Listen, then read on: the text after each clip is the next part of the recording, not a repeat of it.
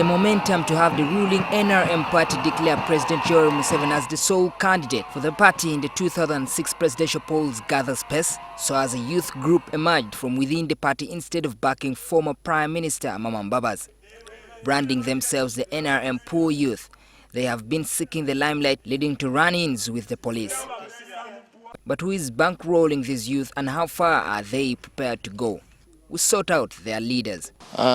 The poor youth of Uganda are all the youth of this nation that we feel are impoverished.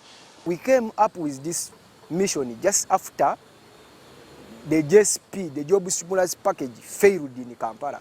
The reality for many youth in the country is unemployment, the high costs of living, and the feeling of being left out of government programs. It is to this group that the NRM Poor Youth Group is reaching out to.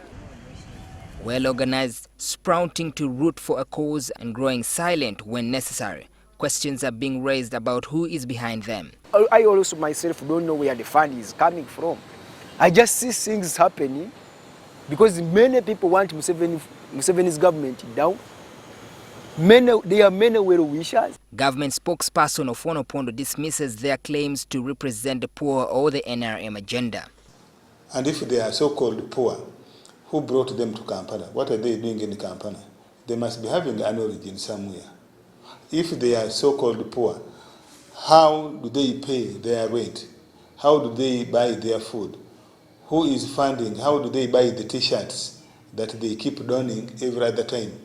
The youth MP for Eastern Region and also a key backer of the sole candidacy of President Museveni, Peter Gwang, shares the same view with Ofono Pondo. I think I would have requested those people, those senior leaders, to tell these young people what government is doing for them to solve the problems of unemployment.